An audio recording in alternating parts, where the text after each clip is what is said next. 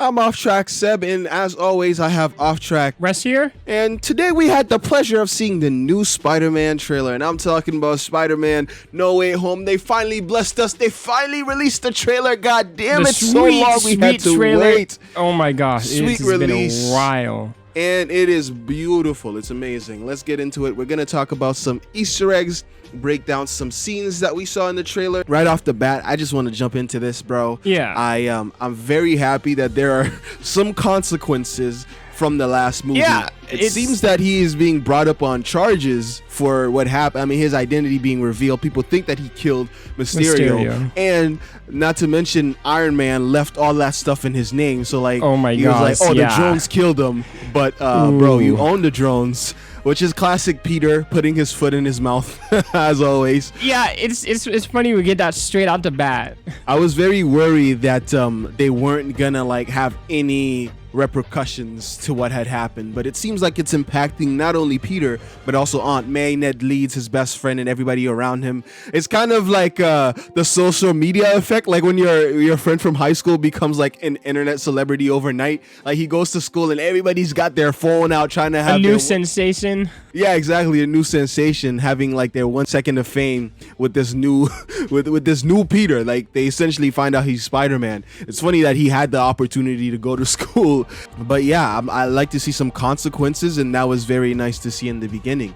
But it gets crazier after that. Multiverse theories, all of that. I even saw an inkling of the sacred timeline. Yes, sir. There was that purple.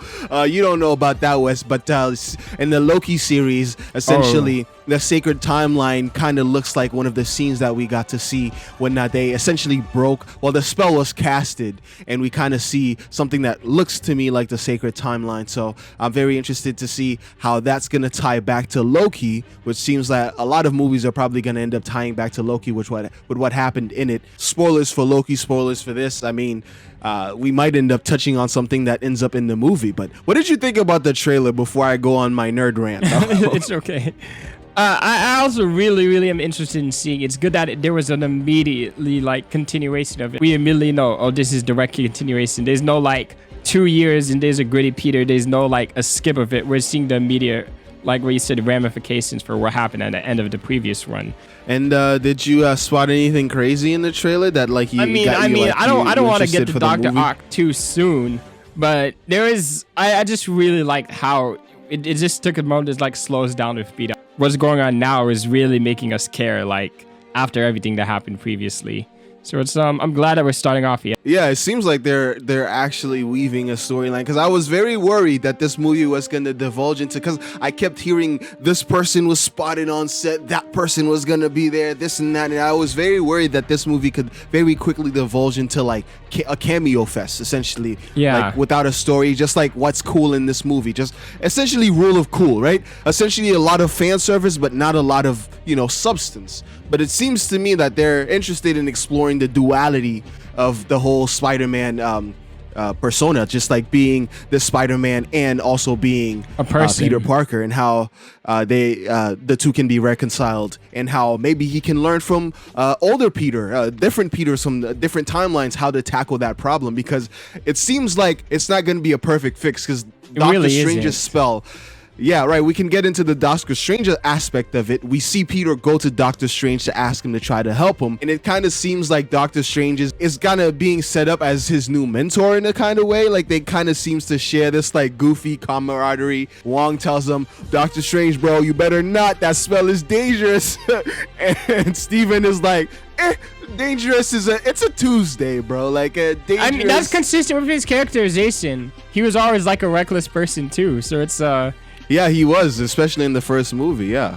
So, I mean, his recklessness is what led him to, like, rising through the ranks so fast and being so powerful so quickly. Like, he's not scared to take on things that he's, like, not too knowledgeable on. I like that aspect of Doctor Strange. This time, though, it seems to have opened up a can of worms, being the multiverse, that they might not be ready to deal with. Because we're seeing not only stuff with the sacred timeline, but we're also seeing, like, different aspects of the multiverse, like, coalescing. My theory is that the spell that they use is essentially had this effect of, like, the multiverse is, like, kind of, like, coalescing at one point, and all of these villains are kind of, like, crossing over to this one timeline, and Peter has to face them one after the next. I don't think they're gonna have too much focus on any particular villains in this movie, because it would kind of feel bloated with all the themes that they're trying to explore. I think they're gonna give us sneak cameos with them, and then like set them up for future movies. That way they can come back to them. Maybe a Sinister Six movie at some point. I think we're gonna he's gonna fight them, but it's not gonna be like it was in Spider-Man 2, like where Doc was like the main focus of that movie, and he got to monologue, he got to relate to Peter. Yeah. I don't think that'd be the case. And I don't think that's going to be the case at all, because they have too many people to get through. Like, they could come up with an excuse of why all of the Spider-Mans are teaming up. What if Kane is the main villain of this movie? I don't think it's going to happen. I think it's too soon to bring him on as the main villain of any movie. Maybe one of his variants. I'll give you that. Maybe they'll make one of his variants the main villain of this movie. We're all like teaming up together to fight against King, because King being the guy that's like taking over the timeline, the current timeline right now. Like we've seen in Loki that he's successfully, or one of his variants at the very least, has successfully taken over the current, I guess, what is currently considered the sacred timeline, which is like the current canon of the MCU. I was gonna say, think about it like this. He has the one girl he always wanted, but in the worst situation. So it's like, I know. It is very rough for him. And because I think we're looking at a situation where, like, at the end of the movie, where like she might forget who he is, and he might have to go through that relationship hurdle. I don't want to see that. He might have to go through that relationship hurdle where it is like her remembering him as Peter, but essentially not like the lesson of the movie is like you can't have your cake and eat it too. Like they can either everybody can know, or like nobody can know. That's the lesson. Like you have to redo all of those things that you had already established. You have to remake that friendship with Ned, remake that friendship with MJ, and all of them. Probably even Happy, but I'm not sure if it's gonna be that extensive. I think this is gonna be a fun film. Like so many people are coming back. So many things that they could explore in this movie. Doctor Strange is in it, and he's a good actor. Tom Holland is a good actor. I can't wait to see how they riffed off of each other. Dr. Ock is back. I don't think he's gonna be. I think this trailer is actually selling people on something that's not gonna be a big part of the movie. I don't think like him being in the movie is gonna be that big of a part. So people are gonna show up, be like, oh, he was only in like 5 minutes. Yeah, don't expect too much. He might just be in a fight or two. I don't think Dr. Ock. Essentially, don't expect any of the villains to be big parts of the movie. I don't think they will be. The person who's gonna be the big bad of the movie has not been revealed. They're holding that card to their chest. That person is gonna be featured extensively, not the other cameo villains. Don't expect the Goblin, the Green Goblin. You know who's gonna be the main villain? Who? Spider-Man 3, Venom, Peter Parker.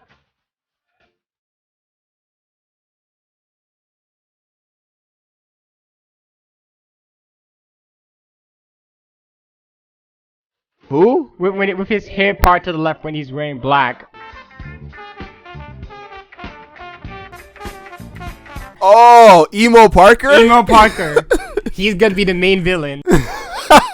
Oh no. Oh, that would be the funniest timeline. That would be the funniest timeline. Emo Parker. It's gonna be great. Yo, Peter Parker, Tom Holland's gonna be like, dude, they know my identity. I need help. And he's gonna be like, bro. I missed the part where that's my problem. Oh my gosh, yes. Oh my damn, calm down. Nah, I don't think they're gonna bring back that version of the character. They're just gonna bring back Weepy Tobey. I feel like they'll just do the same storyline with Tobey. He's gonna be crying version of Tobey, bro. That's what I want to see. I want to see Tobey Maguire cry on screen. I want to see all three of them cry at one point. Oh my god, that's gonna be the best. I want to see Tom cry. I want to see Tobey cry, and I want to see what's his name, Andrew Garfield cry. All of them, like that's.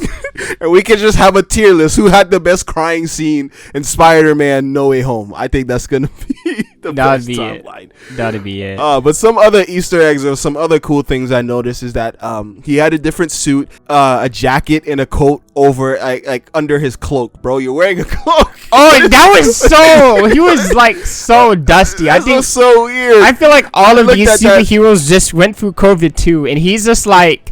He was just like, he looks so bummy and itchy. Yeah, it is so bad.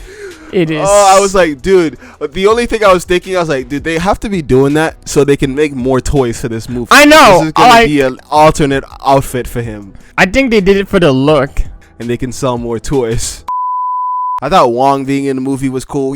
I think that maybe he was leaving to go in the Shang-Chi movie because we see him, or some people are saying that it's him in the ring fighting Abomination. I'm not sure if it's him, but like, what if these two movies are happening concurrently, like at different like places on the earth? Like he's just leaving to go to that movie and that's where he goes. That would be a really cool Easter egg too. Is just a little pop-off. It would make the movies really feel like they're in like a living world, like they're actively happening. Dude, you know what? I just realized we didn't see any inklings of like any of the Andrew Garfield movies in this trailer at all. Period. Was it ever like, confirmed that he's like reference. tied on it, or? I think it's like pseudo confirmed. It's like internet confirmed. Because I heard that like. I heard some Tobey Maguire stuff was like denied, and I also heard that was confirmed. So I honestly am not expecting him. Well, I think they're gonna be in there. I'm gonna hope. Okay. I'll hope too. If there's anything else we missed, guys, make sure you let us know in the comments down below. We're always looking to expand our knowledge of, like, you know, the things that we might have missed in these trailers. So feel free to comment. Let us know down in the comments below, or link videos, whatever you got to do.